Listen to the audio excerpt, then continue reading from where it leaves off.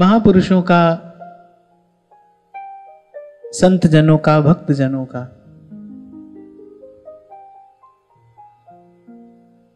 जो अनुभव होता है, प्रमाण होता है, उसको किसी अन्य आश्रय की आवश्यकता नहीं होती। वो अपने आप में पूर्ण है, सिद्ध है।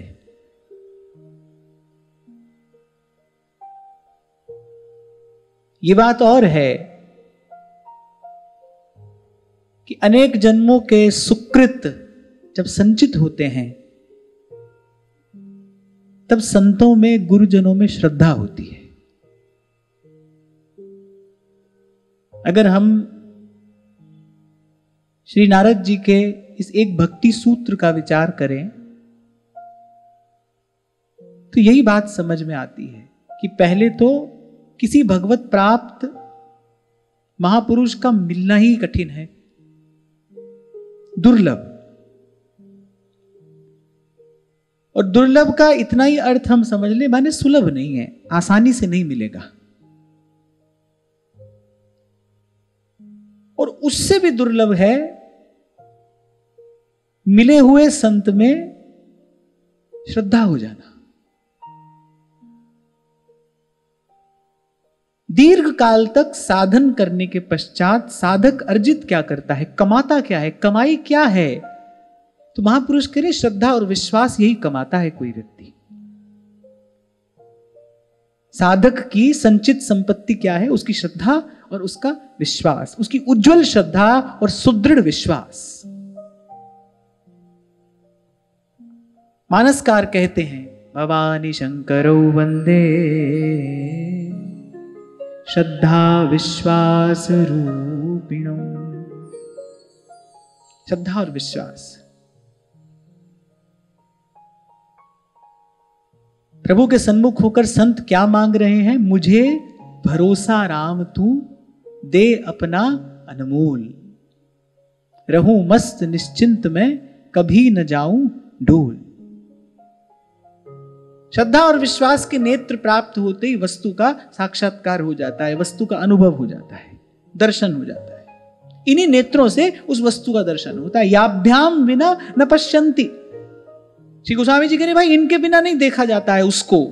किसको? उस सत्य को नहीं जाना जाता है, नहीं अनुभव किया जाता है। उसका दर्शन इन्हीं दो नेत्रों से संभव है, श्रद्धा और विश्वास। वो कहते हैं ना, संत कह रहे हैं, बुल्लिया रब तैथों दूर नहीं पर तेरा भी कसूर नहीं, कि वेखन वाली अख जिड़ी उहदे विच नूर नहीं।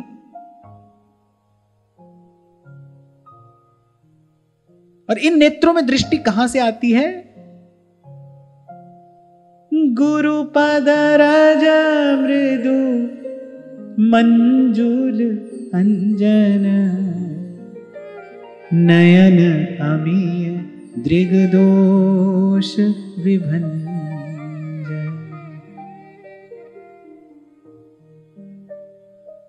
मुझे तो ऐसा लगता है कि जीवन में मंगल का आधान बस यही होता है। यही कहां? सच्चे संत की शरण में बैठ मिले विश्राम। श्री सूरदास जी को श्री वल्लभाचार्य महाप्रभु मिले, अंतर्यामी ने संकेत कर दिया, भाई यही तुम्हारा परम विश्राम है, बस अब यहां से आगे नहीं जाना है, यही विश्राम है। बस विश्राम मिला। और सूरदास जी ने अपने हृदय में जो कुछ था सब जो का त्यों, क्योंकि सत्य के मार्ग पर चलना है, सत्य ही यहां की मांग है, सांच बराबर तप नहीं। जो मन में था वो जो का त्यों श्री वल्लभाचार्य महाप्रभु के चरणों में निवेदन कर दिया। ये बात मैं क्यों कह रहा हूं? गुरु के चरणों में बैठने की योग्यता क्या है? सच्चे होकर जाइए, सीधे सच्चे, जैसे हैं वैसे के वैसे, जो के त्यों। वो आपको जो का त्यों स्वीकार करने को प्रस्तुत है। और मैं तो एक बात और भी कहूंगा, जो के त्यों जाओगे तभी स्वीकार किए जाओगे।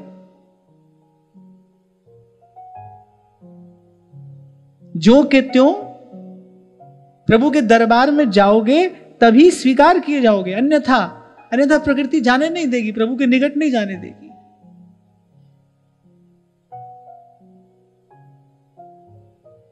लाग लपेट की आवश्यकता तो संसार को है।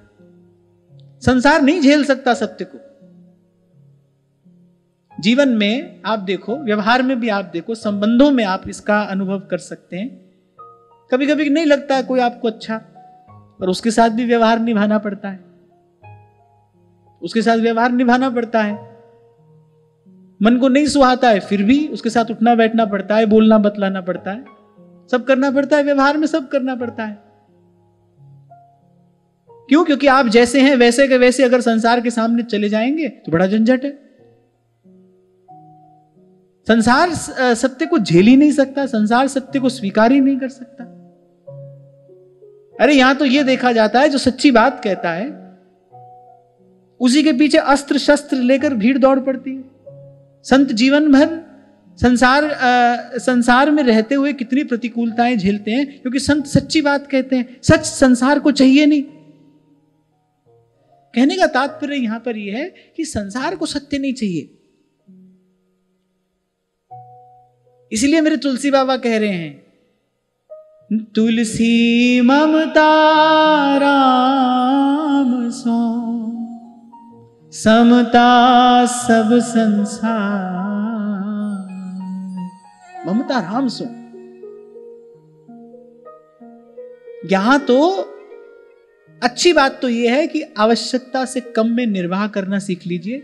आप आवश्यकता से कम में निर्वाह करने का प्रयास करोगे ना, वो ध्यान से सुनना, बड़ी महत्वपूर्ण बात मैं आपसे कह रहा हूं। आप आवश्यकता से कम में निर्वाह करने का प्रयास करोगे, आपको व्यवहार भी आवश्यकता से कम करना पड़ेगा। स्वार्थी व्यवहार की तरफ धकेलता है। जैसे जैसे आपके जीवन से स्वार्थ कम होता चला जाएगा, व्यवहार भी कम होता चला जाएगा। और जितना व्यवहार कम होता चला जाएगा, उतना जीवन से प्रपंच कम होता चला जाएगा। व्यवहार में रहने वाले व्यक्ति को तो दिन रात प्रपंच करना पड़ता है। हाँ जी आइए खाइए जाइए, उसको बेचारे को दिन भर यही करना पड़ता है। यही बात तो मैं आपसे कह रहा हूं ना भाई, सच्चा आदमी तो व्यवहार कर नहीं सकता। कुल मिलाकर ये मिलना जुलना, उठना बैठना, ये सब हमारे लिए तो भाई झंझट है, हम तो नहीं कर सकते। कभी अपनी ओर में देखता हूं तो कभी लगता है भाई ये इतना हो रहा है, ये भी पता नहीं कब तक होगा, हम तो नहीं कर सकते। मैं तो कई बार ठाकुर जी के सन्मुख जाकर कह देता हूं, भाई अब मैं नाचो थके हो गोपाल। तो ये थोड़ा सा अनुभव मिला कि भाई व्यवहार में रहने वाले को प्रपंच करना पड़ता है। और वहां दूसरी ओर साधु की व्याख्या, साधु ही क्या दे रहे हैं? मनस्य एकम, वचस्य एकम, कर्मण्य एकम स साधु। मन वचन कर्म से एक हो तो साधु है। मन में विचार कुछ और है, जिह्वा पर कुछ और हो, करे कुछ और। भक्ति कैसे होगी भाई? क्योंकि कैसी भक्ति प्रभु को रिझाती है? मन क्रम वचन तुम्हारी आशा, ऐसी भक्ति करे रहना। हमारा मन वचन कर्म एक हो, इसका हमको अभ्यास करना पड़ेगा ना। व्यवहार में दिन रात झूठ बोलना पड़े, असत्य भाषण करना पड़े, असत्य व्यवहार करना पड़े, तो मन वचन कर्म एक होगा कैसे? भक्ति होगी कैसे? तो अगर चाहते हो कि मैं कम से कम लिप्त होना पड़े प्रपंच में, चाहते हो अगर प्रपंच की निवृत्ति, फिर अपनी आवश्यकता घटाओ। आवश्यकता घटेगी, व्यवहार घटेगा। व्यवहार घटेगा, प्रपंच घटेगा। प्रपंच की निवृत्ति इसी प्रकार होती है। ध्रुवदास जी भजन कुंडलिया में कहते हैं ना कि इस प्रकार एक रेखा खींचकर फिर पग बाहर जिन दे, फिर उससे बाहर पैर मत निकालना, उसी के भीतर रहना। मैं तो कहता हूं भाई, आ जाए थोड़ा दुख थोड़ा कष्ट सह लो, कोई बात नहीं। धर्म के 10 लक्षणों में पहला लक्षण है धृति, धैर्य। धैर्य धरकर सह लीजिए, कोई बात नहीं। आपको लग रहा है कि आपकी रेखा के बाहर बड़ा सुख है नहीं। आपको लग रहा है उस रेखा के बाहर बड़ा सुख है। अगर गुरुजनों ने एक रेखा खींच कर दी है ना, तो कभी कभी व्यक्ति को लगता है कि अरे ये तो बंधन में पड़ गए हम। उस बंधन से छूट जाने में कोई सुख नहीं है, केवल सुख का भ्रम है।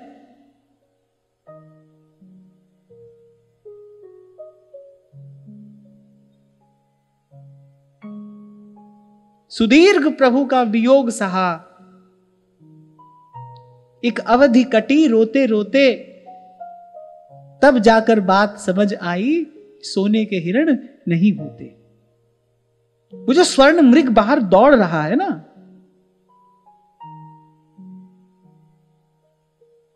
वो माया मृग ही तो है।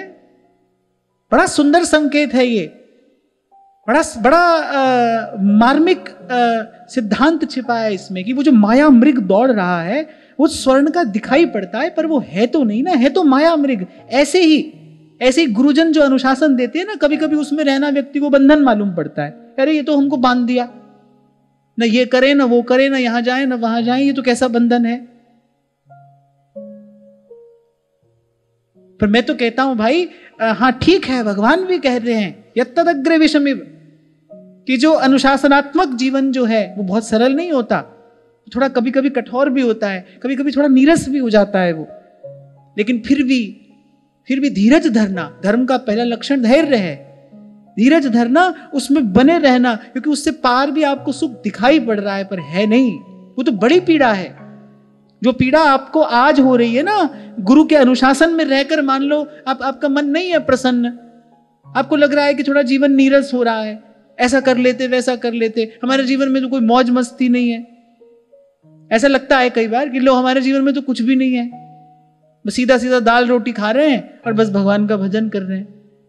क्यों? क्योंकि ऐसे विकारों से भरे संसार के मध्य में हम रहते हैं ना, यहां वहां से कोई बात, कोई विचार कभी कभी मन में विक्षेप पैदा करती है, पर धैर्य रखना। इसीलिए बार बार आपको कहा जाता है भाई सत्संग में बने रहना, गुरु चरणों से लगे रहना। ये बातें आएंगी लेकिन आपको हिला नहीं पाएंगी। अगर जीवन में संत ना हो, जीवन में संत का सानिध्य ना हो, जीवन में संत की वाणी ना हो, तो आज गिरे नहीं तो कल गिरे। गिरना तय है, पथ पतन हो ही जाएगा। अभी इतने दिनों हमने जिस प्रसंग का श्रवण किया, बताओ भाई कौन कौन भूल रहा है, किस किस से भूल हो रही है? हमारी तो गिनती कहां है, हम तो पहले ही भूले भटके हैं, हमारी तो गिनती कहां है। तो सबसे पहला कार्य जो करना चाहिए हमको वो ये कि अपनी आवश्यकता कम करें। इसका परिणाम क्या होगा? इसका परिणाम ये होगा हमारा व्यवहार कम हो जाएगा। ध्यान रखना, चाहे कोई घर में रहता हो, कोई आश्रम में रहता हो, तीर्थ में रहता हो, कहीं रहता हो, अगर व्यवहार में है तो उसके जीवन में द्वंद्व होगा ही होगा, उसके जीवन में प्रपंच होगा ही होगा।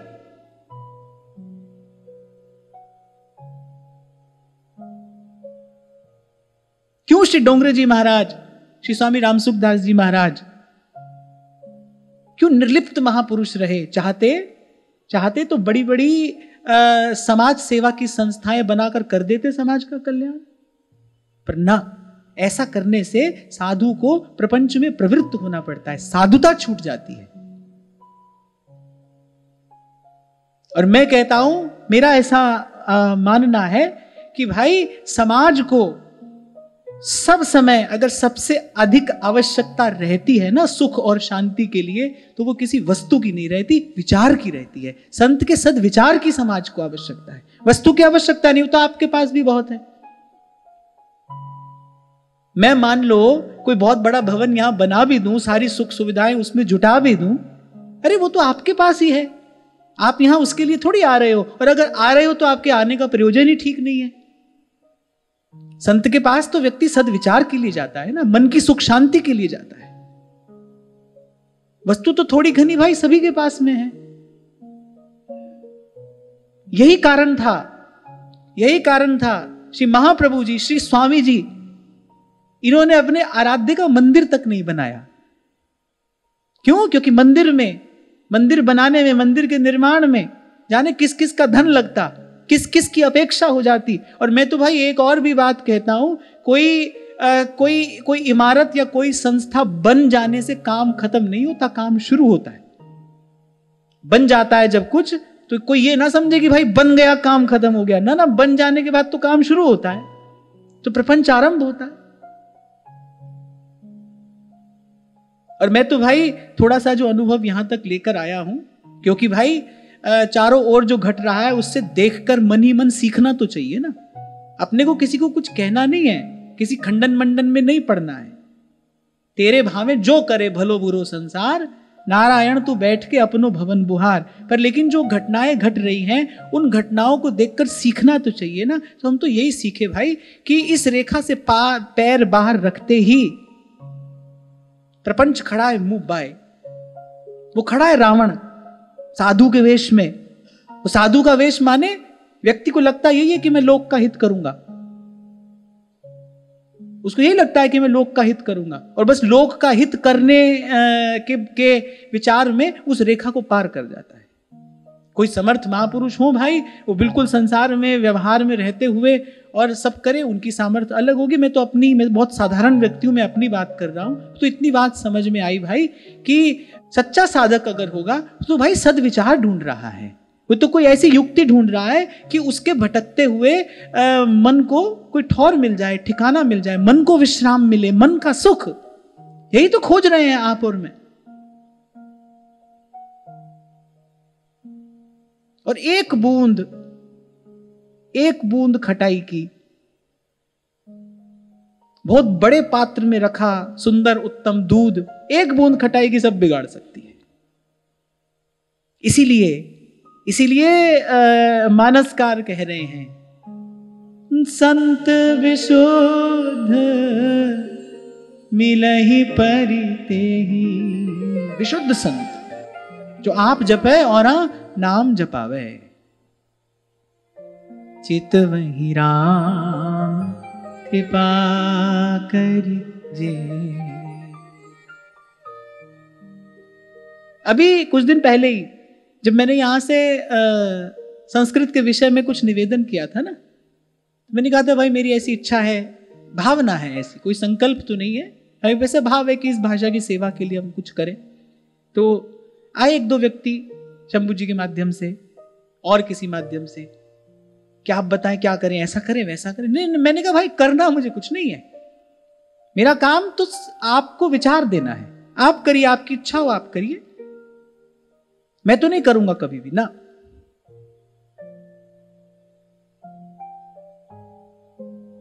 हमको तो एक ही काम करना है, एक ही काम, राम सिमर राम सिमर, एहि तेरो काज है, राम सिमर राम। बहू नई आती है ना जब, तो सर झुकाकर सब काम करती है, दौड़ कर सब काम करती है। फिर जब थोड़ी पुरानी हो जाती है तो कभी कभी पति को भी कह देती है, अरे हमसे नहीं होता तुम कर लो, है ना। तो ऐसे ही कभी कभी अब हम भी इनको कह देते हैं, भाई ये काम हमसे नहीं होता तुम करो, हमसे ये काम नहीं होता, हमको नहीं करना है और हमसे होता भी नहीं, तुम करो। आप समर्थ हैं, जहां की कृपा पंगु गिरी लंघै, रंग चले सिर छत्र धराई। हमने तो भाई संतों से यही सीखा, इनसे दृष्टि हटे नहीं।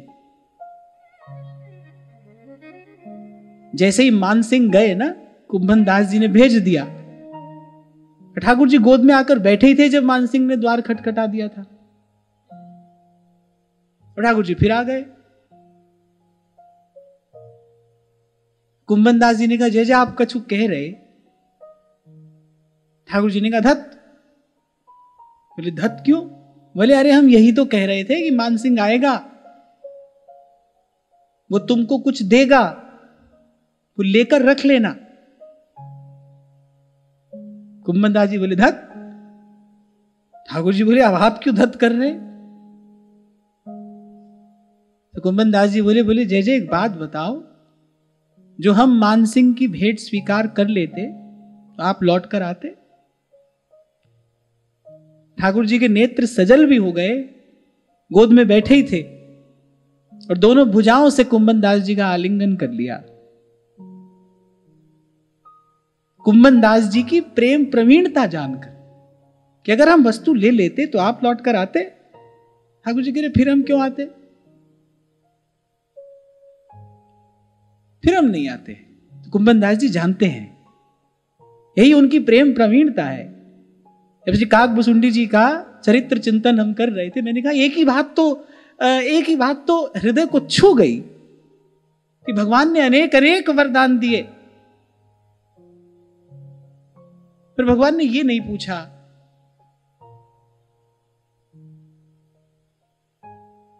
कि भक्ति चाहिए कि नहीं। और काकभुसुंडी कह रहे प्रभु आपने अनेक अनेक बातें पूछ ली, आपने अपनी भक्ति की बात नहीं कही। और वहां जब मुनि ने अनेक अनेक वरदान दिए, काकभुसुंडी जी धैर्य धारण किए रहे। और जैसे ही आकाशवाणी हुई और प्रभु ने कहा ये हमारा है, काकभुसुंडी जी का रोम रोम हर्षित हो गया। बोले बस यही हम सुनना चाहते थे, आपके अतिरिक्त और कुछ नहीं चाहते, आपको ही चाहते हैं। और मैं आपसे भी कहता हूं, और आपसे पहले मैं ये अपने आप से कहता हूं। आपको जो कहता हूं वो बाद में कहता हूं, पहले अपने आप से कहता हूं कि भाई आज मन ऐसा है, ये एक बात है, मन ऐसा बना रहे ये दूसरी बात है। तो आज तो प्रभु की कृपा है, संतों की कृपा है और सत्संग की कृपा है। आज तो मन ऐसा कहता है कि जाहि न चाही कबहु कछु, तुम संग सहज स्नेह। पर सत्संग की कृपा रहे, संतों की कृपा रहे, और मैं तो कहूंगा आप सबकी भी मुझ पर कृपा रहे, आप सबका भी आशीर्वाद रहे, और ये भाव बना रहे। हमको कुछ मिले नहीं मिले इस बात की बिल्कुल चिंता नहीं है। मैं तो 2 दिन से आपसे कह रहा हूं भाई, हमने तो जो सोचा था वो भी हुआ, जो नहीं सोचा था वो भी हो गया। अस प्रभु छाड़ भजहि जे आना, तेन पशु बिन पूछ समान। श्रीमद् भागवत के प्रथम स्कंद के प्रथम अध्याय में सबसे पहली बात ही यही कही गई है। क्यों श्रीमद् भागवत श्रेष्ठ है? क्यों? निष्कपट धर्म की प्रतिष्ठा श्रीमद् भागवत करती है। निष्कपट धर्म अर्थात इसमें स्वार्थ का लेश भी ना हो। आनुकूल्येन कृष्णानुशीलनम से भक्तिर उत्तमा। मन क्रम वचन तुम्हारी आशा, तुम्हारी आशा।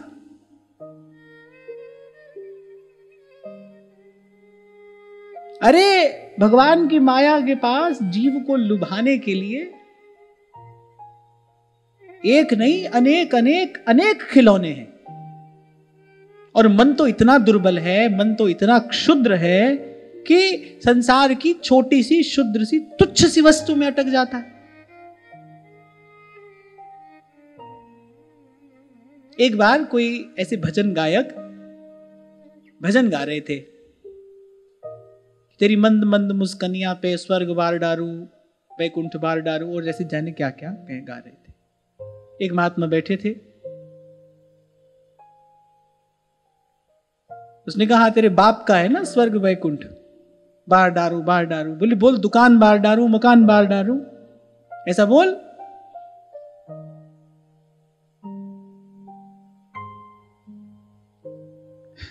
क्या कह रहा था मैं इससे पहले? निष्कपट भक्ति।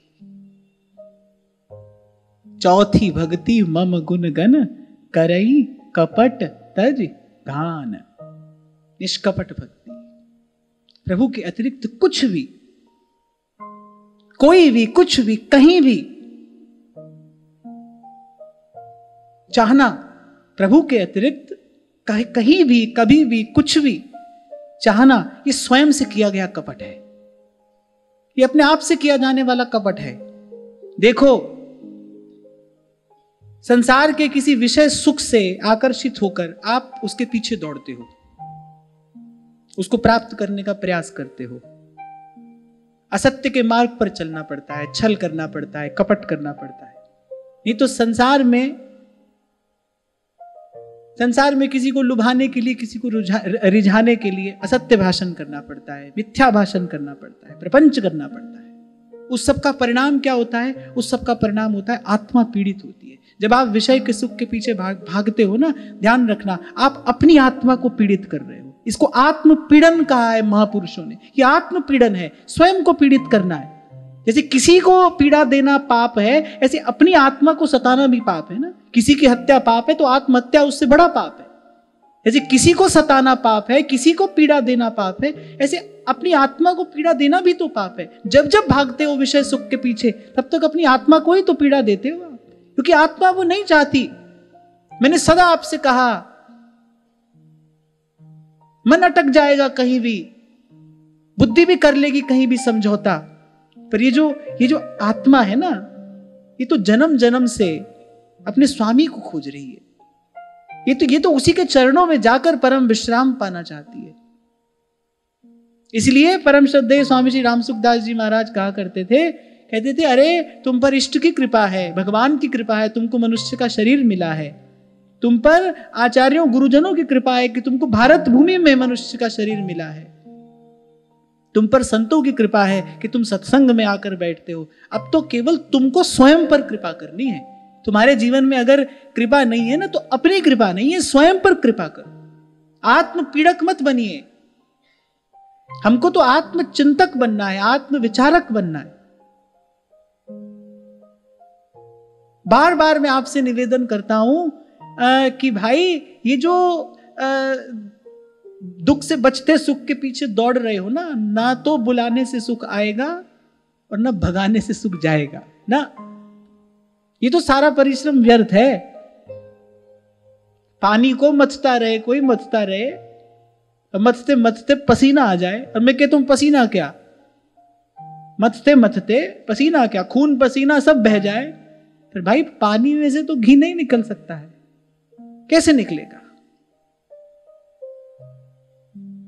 बिन हरि भजन न भवतरिये, यह सिद्धांत अपे, यह सिद्धांत अपे। श्रीमद् भागवत के प्रथम स्कंद के प्रथम अध्याय में भगवान वेदव्यास यही कह रहे हैं, धर्मः प्रोज्झित कैतवोऽत्र परमो निर्मत्सराणां सता, वेद्यं वास्तवमत्र वस्तु शिवदं तापत्रयोन्मूलनम्।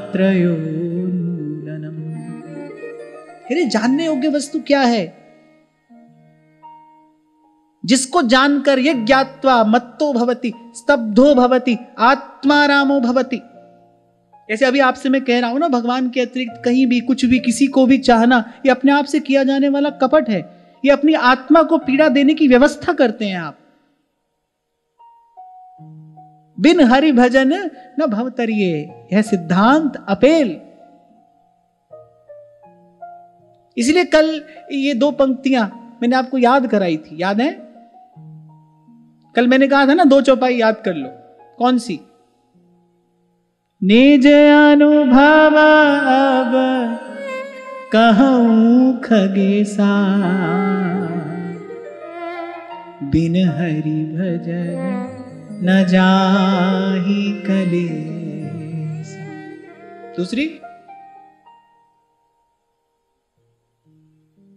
हाँ, श्रुति पुराण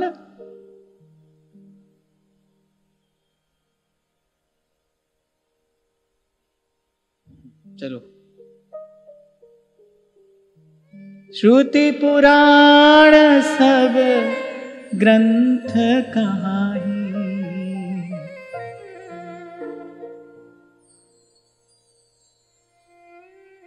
जोर से बोलो।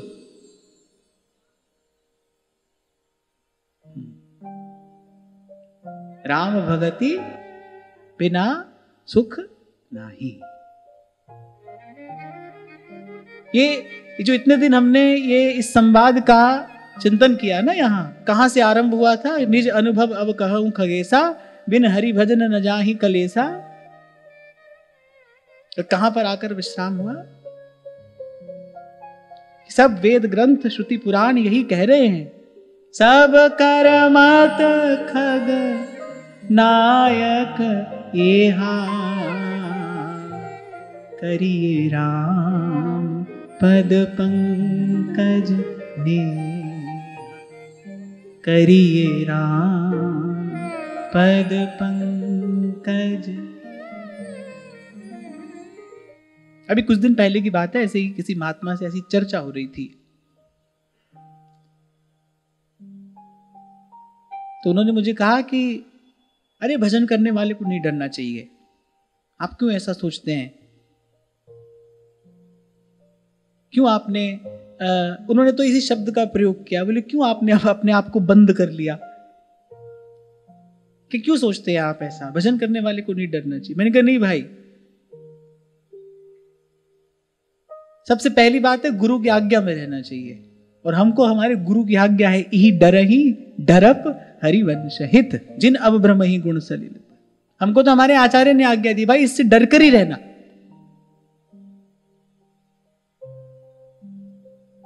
डर भी एक स्वाभाविक वृत्ति है ना मनुष्य में, जैसे काम क्रोध आदि ये सब वृत्तियां होती है, ऐसे भय भी एक स्वाभाविक वृत्ति है। पंच क्लेशों में एक भय है, इसी ये हमारे साथ ही आया है। तो मैंने कहा भाई इसको भी तो कहीं लगाना है, भय को कहां लगाएंगे। भूत से हमको डर नहीं लगता, किसी अस्त्र शस्त्र से हमको कोई भय नहीं है, संतों की कृपा है। मृत्यु का भय भी ये जानकर समाप्त हो गया कि मृत्यु होती ही नहीं है, मृत्यु होती ही नहीं है। तो भाई इस भय का क्या करें। तो हमारे आचार्य ने हमको सिखाया है भाई इस भय का भी सदुपयोग करना। इही डरहि डरप हरिवंश हित जिन अब भ्रम ही गुण सलिल पर, और जिहि नाम निमंगल लोक तिहु सुहरि पद भज न विलंब कर। धर्मः प्रोज्झित कैतवोत्र परमो निर्मत्सराणाम सता। ये जो निष्कपट धर्म है ना, उसकी बात श्रीमद् भागवत करती है। निष्कपट माने अरे मोक्ष पर्यंत किसी फल की कामना नहीं है, केवल भगवान की इच्छा है, भगवान की कामना है। इसीलिए इसको भागवत धर्म कहा गया है। उत्तम भक्ति का निरूपण करने वाली श्रीमद् भागवत उत्तम भक्ति। इस पर पहले भी हम थोड़ी चर्चा कर चुके हैं। भक्ति मार्ग के आचार्यों ने कहा है एक भावना है जो निकृष्ट कोटि की है, जो कोई तमोगुणी व्यक्ति करता है। एक है जिसमें अपने सुख की, जिसमें स्वार्थ की कामना है, पर एक है जो भगवान के सुख के लिए है, जिसमें प्रभु के सुख का विचार है। अन्याभिलाषिता शून्यम, कोई अन्य अभिलाषा नहीं है। न चाही कबहु कछु, और ज्ञान कर्माद्यनावृतम, सब भूल गए। यहां रोम रोम श्याम है। श्री कृष्ण ने गोपांगनाओं से जो कहा था भाई वो शास्त्र की दृष्टि से तो ठीक ही कहा था ना। भगवान ने कहा आधी रात का समय है,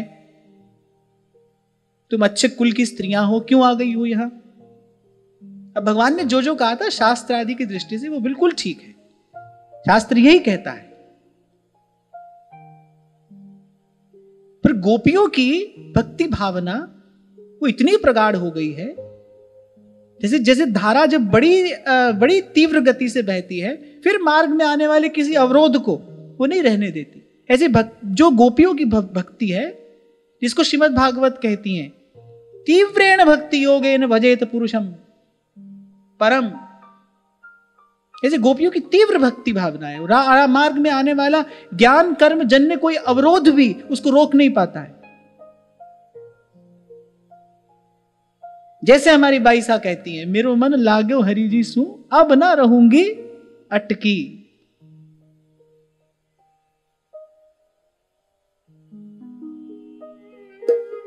गुरु मिला रे दास जी दीनी ज्ञान की गुटकी। गुरु मिला रे दास जी दीनी ज्ञान की गुटकी। गुरु मिला रे दास जी दीनी ज्ञान की गुटकी। गुरु मिला रे दास जी दीनी ज्ञान की गुटकी। चोट लगी निज नाम हरि की, चोट लगी निज नाम हरि की। मारे हियड़े खटकी मेरो मन लाग्यो हरि जी सू, अब ना रहूंगी बैठ के। मेरो मन लाग्यो हरि जी सू, अब ना रहूंगी बैठ की। मेरो मन लाग्यो हरि जी सू, अब ना रहूंगी बैठ की। मेरो मन लाग्यो हरि जी सू, अब ना रहूंगी बैठ की।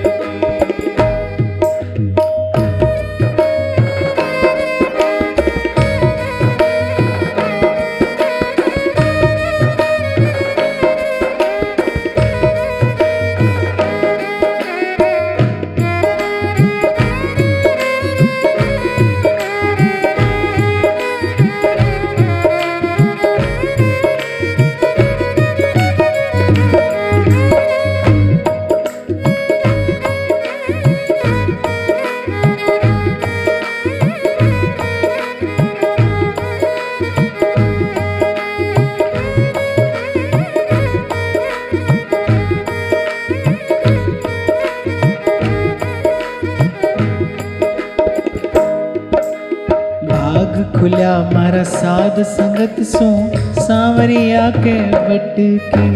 भाग खुला मारा साध संगत सो, सांवरिया के बट की। भाग खुला मारा साध संगत सो, सांवरिया के बट की। भाग खुला मारा साध संगत सो, सांवरिया के बट की। नित उठ हरि जीरा मंदिर जास्या, नित उठ हरि जीरा मंदिर जास्या। नाचा दे दे चुटकी मेरो मन लाग्यो हरि जी सू, अब ना रहूंगी बैठ की। मेरो मन लाग्यो हरि जी सू, अब ना रहूंगी बैठ की। ओ मेरो मन लाग्यो हरि जी सू, अब ना रहूंगी बैठ की। मेरो मन लाग्यो हरि जी सो, अब ना रहूंगी बैठ की। मीरा के प्रभु गिरधर नागर, मीरा के प्रभु गिरधर नागर, मीरा के प्रभु गिरधर नागर, मीरा के प्रभु गिरधर नागर। जन्म मरण सू छुटकी मेरो मन लाग्यो हरि जी सू, अब ना रहूं